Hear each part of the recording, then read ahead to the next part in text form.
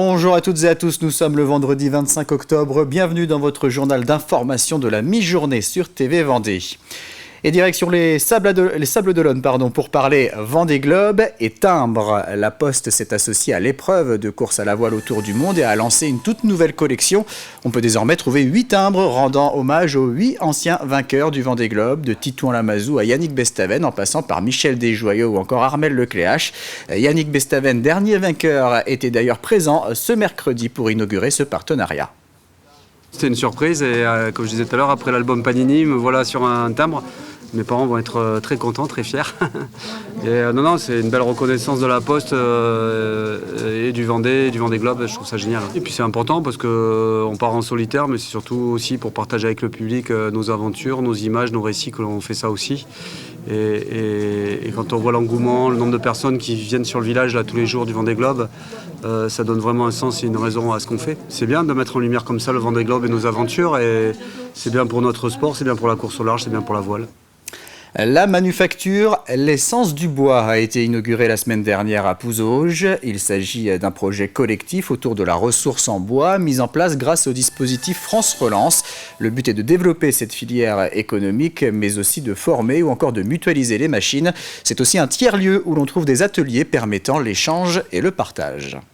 Le gros challenge, même j'ai envie de dire, c'est qu'au-delà du marché mondial qui va s'accentuer sur le chêne, le sapin de Douglas, si on veut des paysages diversifiés, il faut être capable aussi de valoriser leur diversité.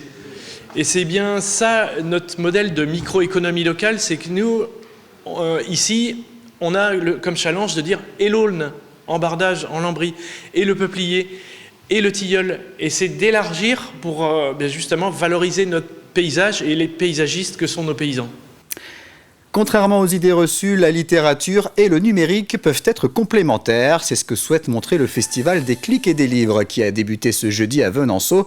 Installé à l'Îlot des Arts jusqu'à samedi, cet événement organisé par la Ligue de l'enseignement de Vendée propose des animations, des ateliers et des spectacles essentiellement pour les enfants et les adolescents. Reportage Grégoire de Châtillon.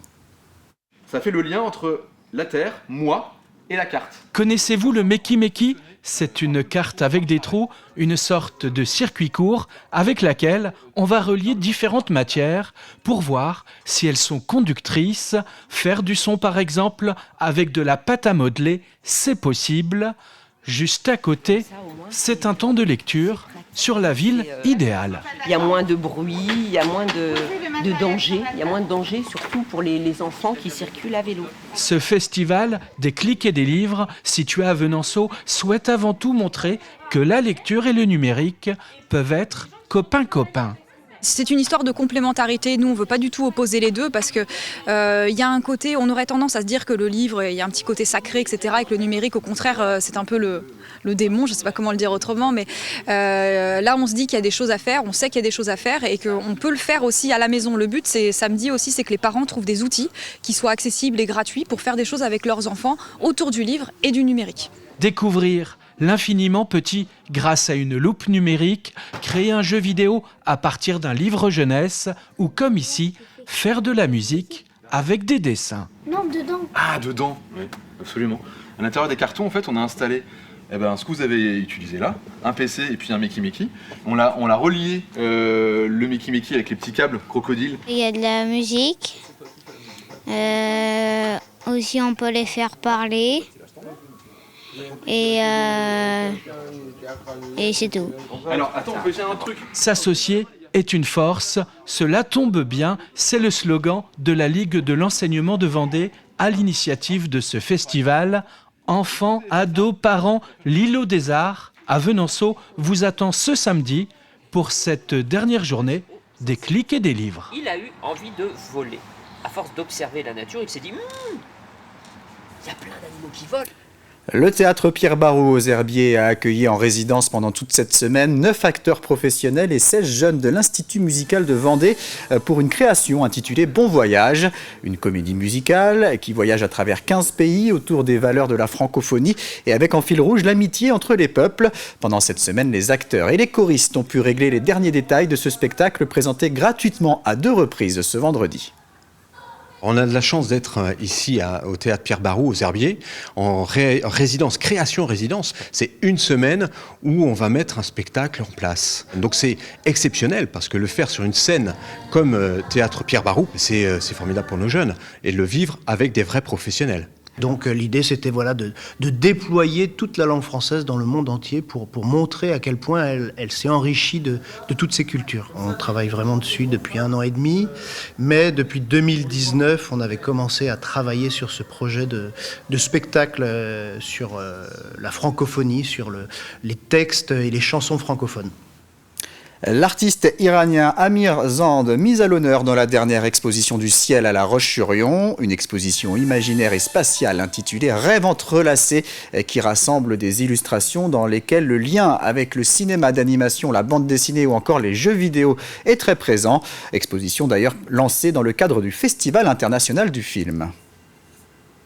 Oui, il y a ces références-là, je pense qu'il les a également, Amir Zand, quand il réalise ce travail-là. En tout cas, nous, il nous a parlé beaucoup de Möbius aussi, comme une grosse référence dans ce travail. Et cet univers science-fiction, fantasy, c'est quelque chose qui le nourrit énormément, effectivement. Donc ce qui est intéressant, c'est qu'on a chacun des références qui nous viennent, qu'elles soient littéraires ou cinématographiques aussi, quand on regarde ce travail. Ouais. La 6e édition de la Montaigu Futsal Cup a débuté ce mercredi et se poursuit jusqu'à samedi au complexe sportif Maxime Bossis.